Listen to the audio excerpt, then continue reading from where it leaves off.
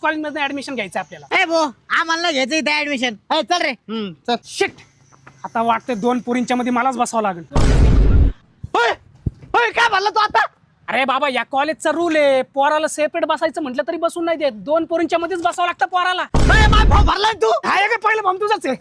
असला कुठं रूल असतो का 2 पोरींच्या मध्ये पोरग? अरे सान्या, या कॉलेजमध्ये एका पोराला सेपरेट स्टडी पण करू नाही देत. स्टडी करायचं म्हटल्यावर पोरा पोरींना मिळून ग्रुप स्टडीज करावा लागतो.